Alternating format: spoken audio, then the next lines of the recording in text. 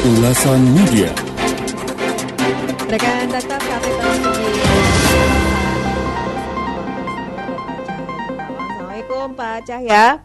Waalaikumsalam warahmatullahi wabarakatuh. Selamat pagi Mbak Ulfi. Selamat pagi, apa kabarnya di Aceh Pak Cahya? Alhamdulillah sehat Mbak Ulfi. Sehat-sehat. Bagaimana dengan teman-teman dari WMI dan masyarakat Aceh lainnya Pak?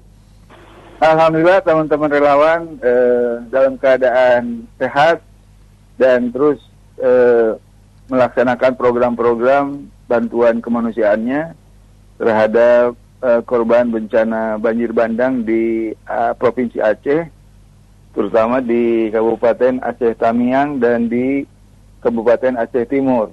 Jadi saya di sini sudah sejak hari Sabtu minggu lalu ya.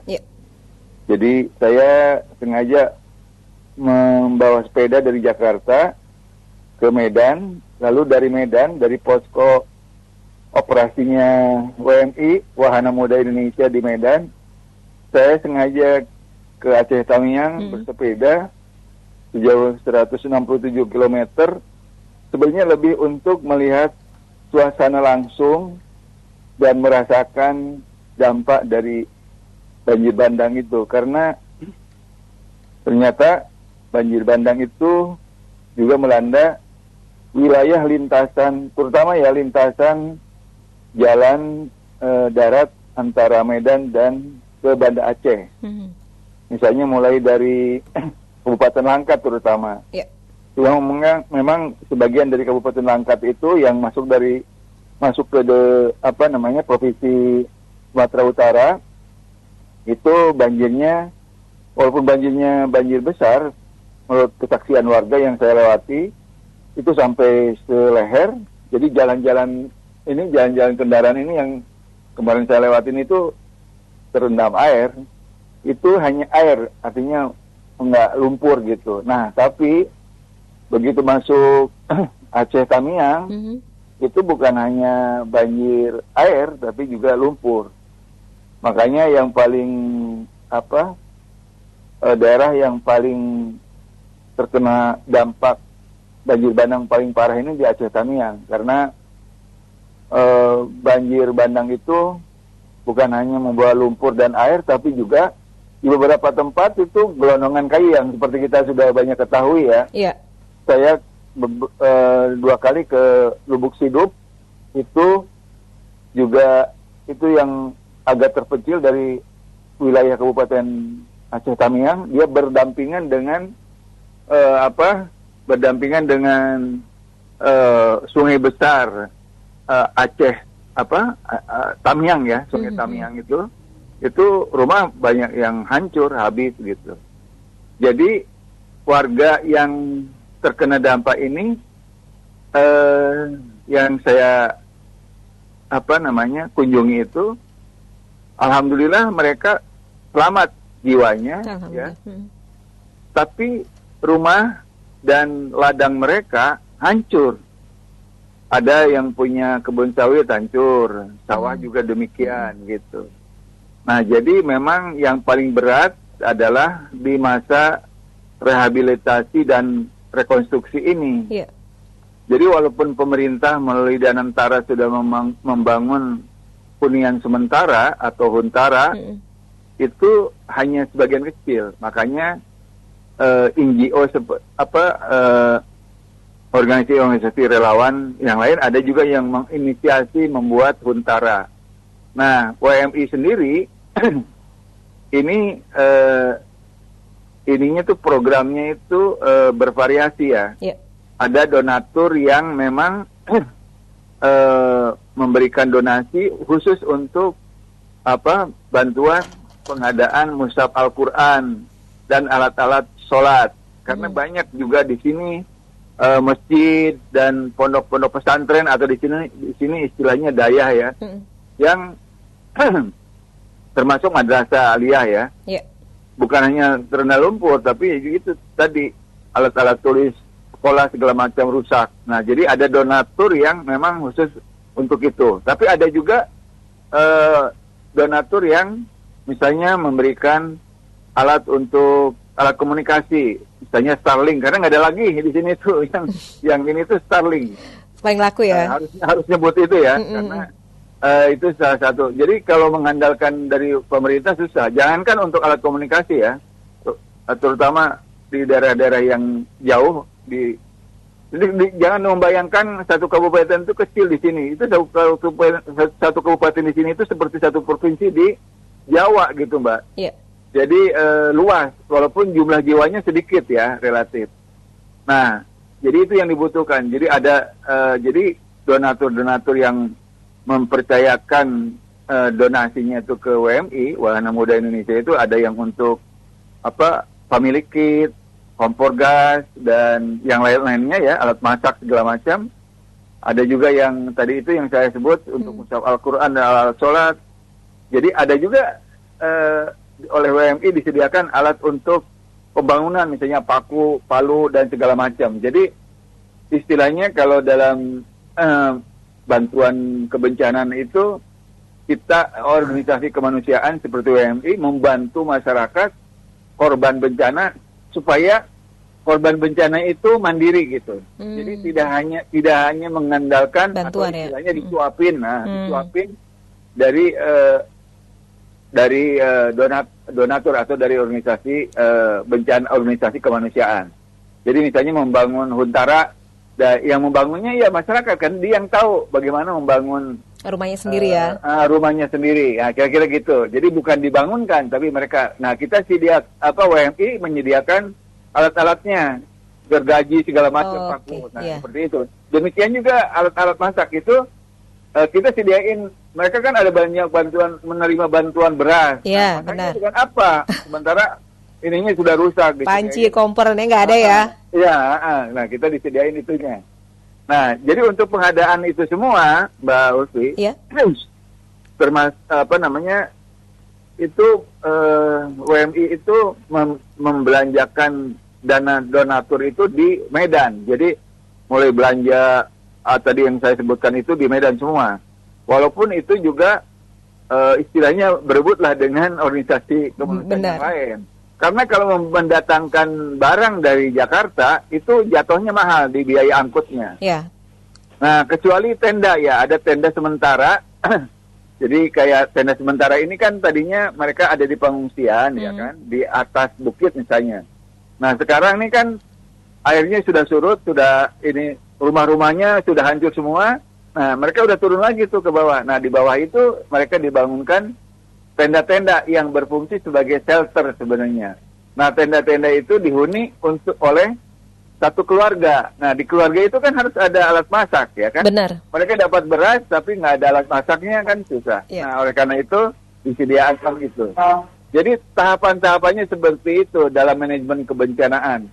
Jadi memang kalau saya yang pelajari di WMI ini, walaupun beberapa hari, jadi mereka terjun ke lokasi bencana, diusahakan yang belum dibantu gitu. Jadi dalam tahap assessment-nya itu pada saat tanggap darurat misalnya, mereka relawannya itu langsung ke daerah yang paling jauh yang belum dijangkau oleh bantuan gitu loh. Jadi pertama itu ya masuk organisasi kemanusiaan, masuk ke lokasi bencana itu tanggap darurat, misalnya bantuan logistik. Waktu di awal-awal banjir bandang kan mereka buku makan ya. Iya. Nah, itu memang diberikan. Nah, tapi kan kemudian organisasi yang sama, organisasi kemanusiaan yang sama datang memberikan yang sama. Nah, langsung berubah ke kebutuhan yang lain. Kebutuhan setelah makan apa? Pakaian disediain. Iya. Pakaian organisasi donatur organisasi relawan banyak memberikan pakaian. Ini meloncat lagi ke kebutuhan berikutnya apa? Hunian sementara. Yeah. Nah, kayak gitu. Jadi supaya bantuan itu tidak overlap, tidak banyak menumpuk. Jadi kan beberapa tempat karena ada pakaian-pakaian yang menumpuk karena waktu pakaian itu didistribusikan itu di lokasi pengungsian kan berebut tuh. Yeah. Jadi berebut dipakai hanya untuk dipakai di badan. Nah, sisanya kan banyak tuh. Yeah. Jadi akhirnya ngumpul kayak sampah. Benar. Nah, begitu mereka meninggalkan lokasi pengungsian ke tenda-tenda sementara, dia butuh lagi tuh pakaian. Balik lagi ngambil. Enggak juga. Nah, dia diberikan oleh organisasi relawan seperti WMI di tempat yang baru itu baju baru. Artinya ya baju layak pakai lah atau baju baru gitu. Nah, jadi ada strategi pemberian bantuan. Jadi ini juga sama, misalnya Al-Quran ya, ini masih ada nih Al-Quran. Jadi nanti diberikan pada saat menjelang Ramadan. Jadi kalau masih ada yang membutuhkan Ramadan, jadi sisanya masih bisa diberikan gitu. Benar. Itu saya kira, Mbak Ulfi. Baik. Jadi ketika pemulihan itu memang harus ada beberapa strategi yang diterapkan agar memang ini benar-benar bisa digunakan dan layak untuk masyarakat ya Pak? Iya betul, Mbak Ulfi. Jadi jadi strategi memberikan bantuan itu harus strateginya macam-macam. Misalnya sekarang kemarin di Pantai Kera itu kita nyebrang sungai yang lebar itu, Sungai Tamiang itu, kemudian ke lokasi penduduk yang semua rumahnya hancur tuh, ada ratusan rumah hancur. Mereka butuh lampu penerang. Jadi karena kan PLN nggak masuk ke situ, artinya belum ada. Iya. Jadi ada juga yang sudah memberikan genset 3 hari yang lalu gitu. Jadi ada, tapi kan itu genset listriknya itu sampai jam 12, jam 2. Nah, ada donatur yang memberikan bantuan untuk pengadaan listrik surya, tenaga surya, panel surya. Nah, baru kemarin dipasang di beberapa titik yang dibutuhkan. Juga demikian juga toa untuk masjid dan musola, gitu. Jadi variatif ininya tuh bentuk bantuannya itu, Mbak, sesuai dengan kebutuhan di lokasi bencana di masyarakat yang membutuhkan itu. Jadi tidak semata bantuan yang sifatnya natura ya. Sifatnya logistik yang sifatnya natura, tapi ada yang untuk alat komunikasi, alat penerangan gitu. Nah, termasuk ini alat-alat tulis sekolah. Ini kan beberapa anak-anak sekolah mulai sekolah, tapi ada juga sekolah yang masih belum mulai ya. Terendam lumpur, Mbak. Saya kemarin sama teman-teman di WMI juga membersihkan madrasah aliyah untuk membersihkan lumpur-lumpur, dan di situ memang relawan itu harus dari berbagai background ya. Benar. Ada yang ahli ahli genset, ahli kelistrikan, ahli toa. Jadi keahliannya itu memang dibutuhkan. Melengkapi ya Pak. Iya, saling melengkapi. Ada juga yang memang ahli medis misalnya gitu. Nah, jadi harus seperti itu memang manajemen. Jadi saya di sini banyak belajar tentang manajemen kebencanaan dan termasuk kearifan lokal lah di daerah-daerah bencana ini. Itu Mbak Ulfi. Baik. Pak, kalau dilihat manajemen kebencanaan bukan menyudutkan pemerintah ya, tapi bagaimana kalau melihat manajemen kebencanaan dari pemerintah nih Pak?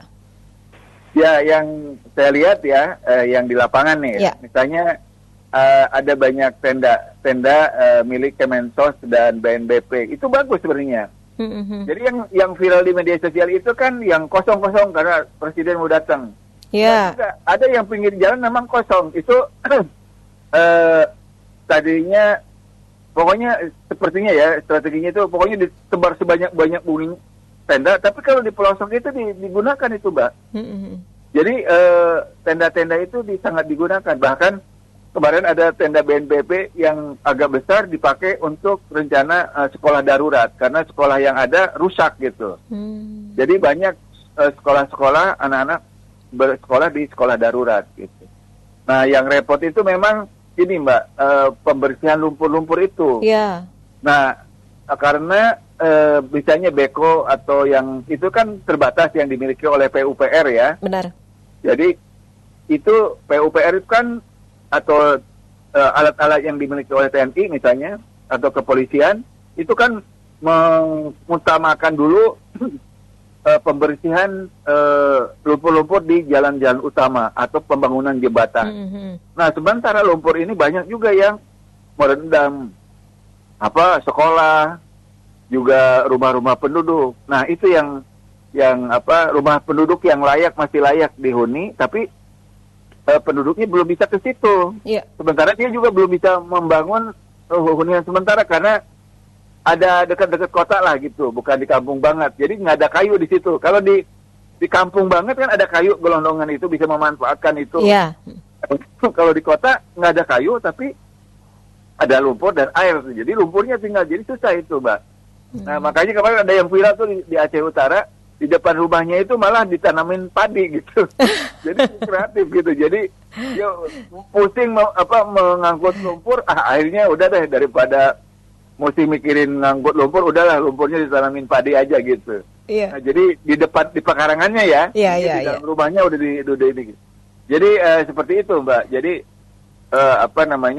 ini yang harus dipikirkan oleh pemerintah itu memang rekonstruksi dan recovery. Dan yang harus diingat lagi, kalau memang pemerintah pusat atau daerah, terutama pemerintah pusat menjanjikan komitmen untuk membantu masyarakat yang kehilangan rumahnya 15 juta per kepala keluarga, itu harus diawasi tuh, Mbak. Jadi kalau menurut cerita-cerita dari masyarakat yang pernah dilanda banjir pada tahun 2006, itu kan bantuannya 15 juta, tapi yang nyampe ke mereka 13 juta. Nah, jadi pemotongannya itu selalu ada gitu. Nah, ini yang harus betul-betul diawasi dengan ketat dan jangan sampai merugikan masyarakat gitu. Masyarakat tuh jangan dianggap oleh pejabat pemerintah itu lugu dan tidak tahu apa-apa.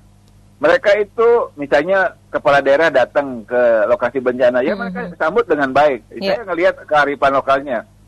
Ya, akhirnya mereka cerita tahun 2006 ya. Mereka sambut dengan baik. Dia menjanjikan, mereka dijanjikan ya kita dengar aja gitu. Walaupun janji itu belum tentu ditepati lah, kira-kira gitu. Benar.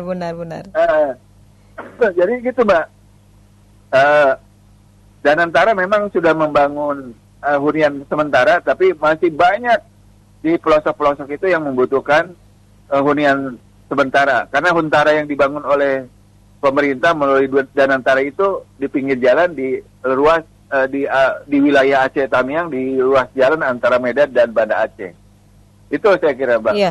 Baik, Pak, mungkin setelah Bapak menelusuri beberapa hari ini, masih adakah warga yang memang belum tersentuh sama sekali sejak awal peristiwa ini, Pak? Sejauh yang saya amati dan saya kunjungi langsung, umumnya sih sudah ya, mereka terjangkau oleh bantuan dari organisasi relawan maupun dari pemerintah melalui BNPB atau Kementerian Sosial. Jadi yang sebenarnya agak unik itu kemarin ya. Kenapa, Pak? Ada waktu rombongan IPDN ya, STPDN. Oh iya, STPDN. Iya. Wakil Menteri Dalam Negeri datang ke Aceh Tamiang. Ini logika aja ya, Mbak Ulfi ya. Iya. Tiba-tiba ada orang yang seperti korban banjir, ya kan? Berlumpuran di lumpur itu kejadiannya udah sebulan lebih loh. Pada saat Bima Arya Wakil Menteri Dalam Negeri itu datang, itu kan secara kemanusiaan, dan itu lokasinya di belakang kantor pemerintah yang masih banyak lumpur tanah gitu. Kayak seperti orang kesannya secara visual ya, seperti orang yang terbawa arus banjir. Kalaupun orang itu terbawa arus banjir ya, lepas dari benar atau tidaknya ya. Tapi logika aja, Mbak. Walaupun betul orang itu yang berlumpur ditolong oleh rombongan Wakil Menteri Dalam Negeri itu korban banjir, masa bisa bertahan tidak makan sebulan lebih misalnya? Iya. Ya kan masih hidup. Benar. Kan gitu. Walaupun sengsara keluarnya kan paling tidak dia kalau masih di pinggir jalan besar, Mbak. Di kantor pemerintahan kan di situ udah banyak udah banyak posko-posko. Kira-kira gitu. Kenapa baru diketemukannya pada saat Wakil Menteri Dalam Negeri datang kan gitu? Kalau lihat visualnya korban itu dibawa ke rumah sakit segala macam. Jadi kesannya itu dramatis gitu. Ya, saya tidak menyebut itu settingan, tapi kita kan punya punya akal gitu. Iya. Gitu. Jadi jangan sampailah kejadian atau bencana ini dijadikan arena untuk pencitraan. Kalau mau membantu, datang. Jadi jangan untuk keperluan untuk viral, diketahui oleh pimpinan, terus kemudian dibikin drama-drama yang seolah-olah peristiwa itu peristiwa betulan. Yeah. Nah itu kan sangat disayangkan lah ya. Nanti semua akan diminta pertanggungjawabannya lah ya gitu. Ini logis. Kalau dilihat itu masih utuh ya Pak si orang tersebut ya? Iya utuh. Iya. Udah cuma kayak dilumurin lumpur aja gitu. Iya. Orang-orang Aceh di sini juga ya geleng-geleng kepala aja gitu. Mungkin kalau 1-2 hari ketika pasca ditemukan mungkin masih wajar ya? Atau misalnya ditemukan dalam keadaan meninggal. Nah itu lebih wajar Mbak, masuk akal. Ya. Gitu. Ini kan masih hidup orangnya. Dan udah sebulan lebih gitu. Itu aja gitu. Memang mungkin dia itu korban Pak, kemudian korban yang selamat kemudian dilumpuri guling-guling kemudian ketika lewat nah itu diselamatkan. Mungkin seperti itu ya Pak. Ya artinya diselamat guling-guling untuk apa coba kan? Biar diselamatkan lagi oleh PDN. Aduh, udahlah. Kita repot kalau urusan kayak gitu ya, jadi pencitraan. Kalau mau bantu aja. Ya. Jadi, nah sekarang ada di daerah mana gitu menuju Banda Aceh dari Medan ini kan ada jembatan juga yang terbawa arus banjir bandang. Itu jalur utama itu. Jadi sekarang udah oleh TNI udah dibikinkan jembatan sementara, jembatan Bailey. Nah itu dipakai untuk secara bergiliran kendaraan. Nah kemarin juga di Pantai Kerak. Dan itu juga ininya kan jembatan penghubungnya itu putus juga, lagi dibikinkan juga oleh TNI untuk membangun jembatan sementara, tapi hanya untuk kendaraan roda 2 dan manusia. Gitu, Mbak Ulfi. Baik. Pak, kalau untuk semua akses sudah bisa, Pak? Belum juga sih, misalnya kayak ini kan misalnya kami kemarin dari Aceh Tamiang ke Aceh Timur, beda kabupaten. Kan yang viral itu Babo ya Mbak. Itu Babo itu dusun. Kampung lah gitu. Tapi itu kenapa kita jadi tahu karena memang kerusakannya paling parah di situ Mbak. Gitu. Itu di kabupaten yang lain di Aceh Timur. Nah, kita lewatin. Nah, harusnya biasanya lewat jembatan penghubung karena jembatan penghubungnya nggak ada, kita memutar gitu. Yeah. Gitu melewatin kebun sawit milik PTPN gitu. Gitu Mbak Ulfi. Baik. Terima kasih Pak Cahya sudah berbincang bersama Dakta. Saya selalu di sana ya Pak ya. Ya sekarang pagi ini lagi hujan. Tadi menjelang subuh hujannya deras sekali Mbak, hujan angin lagi. Gitu. Baik. Salam juga untuk teman-teman dari WMI ya Pak ya. Iya baik, nanti disampaikan. Mudah-mudahan kami di sini para relawan diberikan kesehatan dan kekuatan untuk bisa membantu para korban bencana banjir di Provinsi Aceh. Baik, terima kasih Pak Cahya. Sehat selalu. Assalamualaikum warahmatullahi wabarakatuh. Waalaikumsalam warahmatullahi wabarakatuh. Ulasan Media. Rekan redaktor demikian ulasan media bersama Bapak Cahya Gunawan, wartawan senior langsung dari Aceh Tamiang, Provinsi Aceh.